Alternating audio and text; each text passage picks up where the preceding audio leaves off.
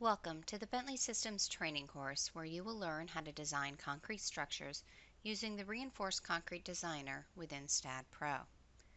In this course, we are going to be focusing on the design of our concrete beams, which will include the process for designing the beam design parameters, adjusting the beam support conditions, designing the concrete beams, and reviewing the results.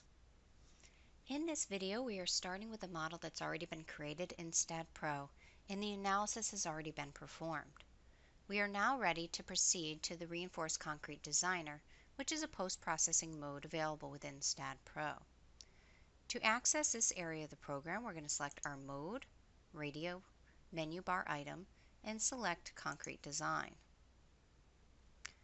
Once you're in the Staad Pro Reinforced Concrete Designer, you're going to notice that the GUI looks pretty similar to the Staad Pro graphical user interface. Our typical workflow when getting into this area of the program is to work our way through the page control area to set up our model for design, and we do this through the Design Layer tab, and then we work our way down. Now for this particular model, we're going to skip the Job Information tab, and we can also skip the Envelopes tab. You'll notice that the load envelope that we created in the Staad Pro modeling mode has automatically been sent over to the Reinforced Concrete Designer. In addition to that, if we selected the Members tab, you're also going to notice that all of the physical members that we created in the Staad Pro modeling mode have also successfully made their way over to the Reinforced Concrete Designer. At this point, we are ready to create our beam design briefs and our beam design groups. So to do that, we're going to access our Groups and Briefs tab in the page control area, which is our last step before designing the concrete beams. The first thing we need to do in this area is to create a beam design brief. This will be used to specify the beam design parameters, including the design code and material properties. To do this, we're going to proceed to the bottom dialog in the Data area and select the New Brief button. Here we can call our brief anything we want. We'll call ours Beam Design Brief. We're going to select our design code, and for this training we're going to be using the ACI 31805. But what you'll also notice is that we have several international codes available, including several that will be using metric units. We're going to select ACI 31805, and then we need to specify our design type as a beam design brief, which will apply the appropriate code rules for beam design to the particular members. Once we're done, we'll go ahead and click OK to specify our beam design parameters, which will include some general information. In the General tab, we'll enter our cover requirements and our material strength properties, and you can customize these properties as applicable to your project, considering the local design codes that you're going to be using. In addition to that, you're going to notice that we are asked to select an envelope. The concrete beams are designed using an envelope of primary load cases and combinations.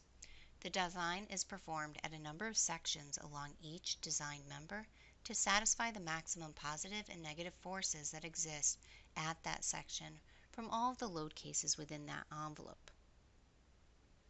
Next, we're going to specify our main reinforcement parameters, and here is where we can give the program information on which particular types of bars we would like to use during the optimization process.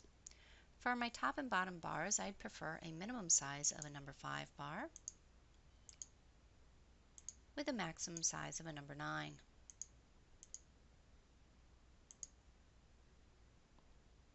Next, we're going to enter our shear reinforcement parameters.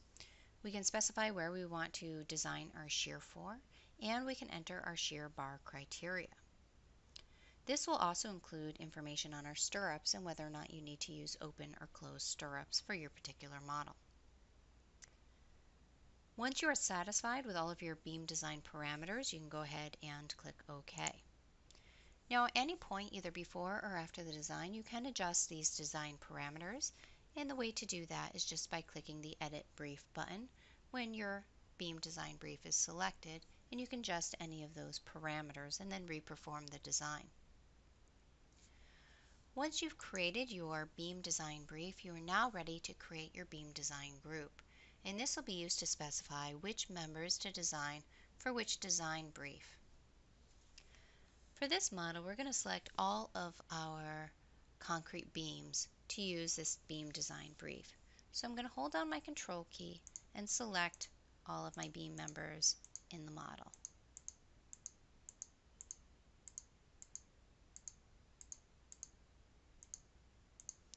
And you'll notice that this cursor is selecting physical members. Now, to assign this beam design brief to those members, we're going to create a beam design group. So we'll click on our new design group button. We'll name it beam design group. And we're going to assign the brief we just created to design of these members. And we'll go ahead and click OK. Now, in your particular model, you may decide that all of the beam design parameters might be different depending upon which beams you're designing. And you are definitely allowed to create more than one brief and more than one group if you need to. For this particular model, we assume that all the beam design parameters would be applicable to all of the beams in this model. The next step in our workflow is to adjust our beam support conditions. So at this point, we're ready to move on to our design phase. In the page control area, we're now going to select our concrete member tab. Now, before we perform the design, I'm going to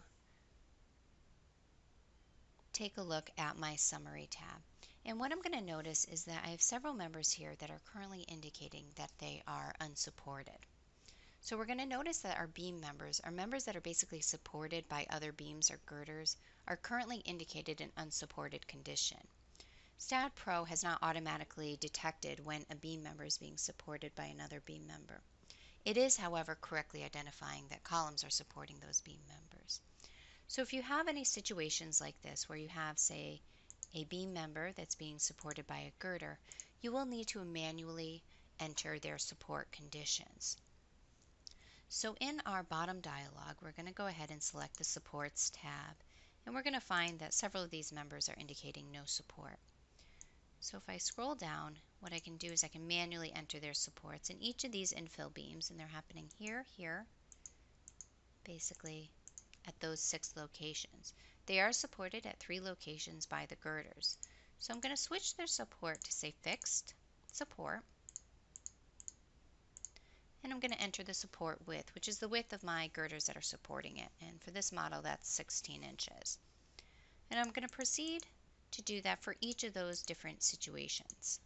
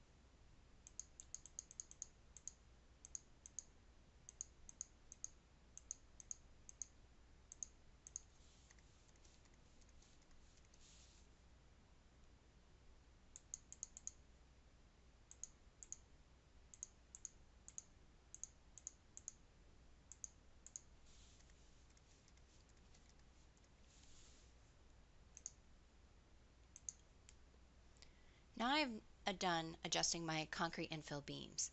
Now if you don't have any situation where you're having a concrete beam being supported by another concrete beam, you can go ahead and skip this step. The last thing we're going to do is we're going to perform the design of our concrete beams. So in our page control area, we're now going to select our Design tab.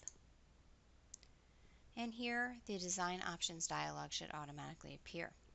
This dialog can also be accessed through the Design menu bar item. You can see here all of the beams that are within this design group have automatically been selected. So we'll just go ahead and click on the Design button to invoke their design. Now what we're going to notice is that our beams are going to be changed to be color-coded according to their current design status.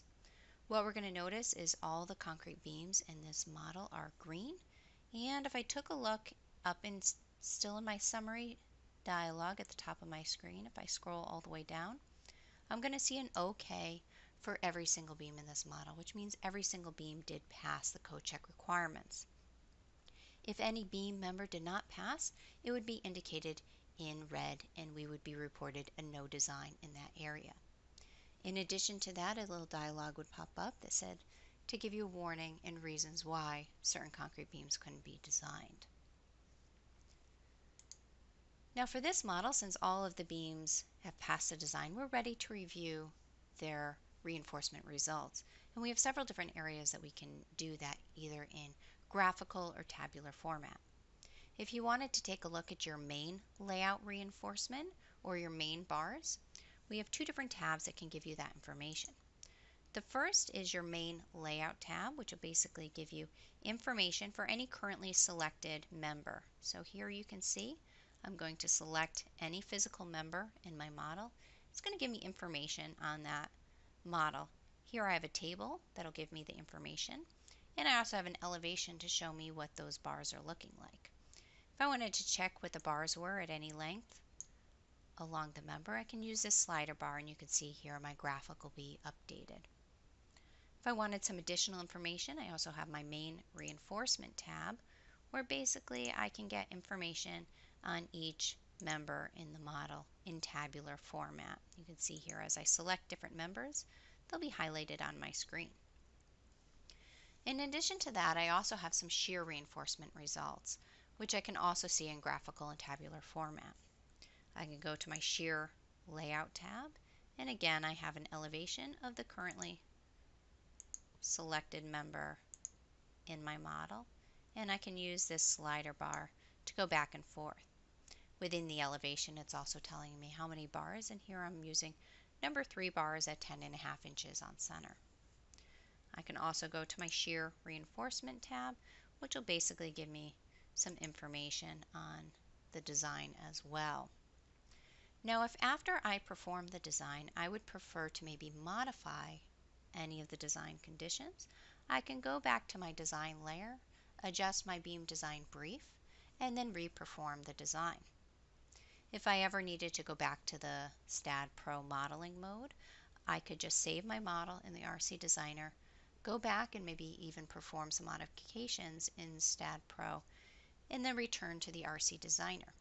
Everything that I specified in the RC Designer, including any physical members or beam design groups, briefs, or support conditions, will be retained for the next time I return to this area of the program. At this point, this concludes our process for designing concrete beams in the Reinforced Concrete Designer.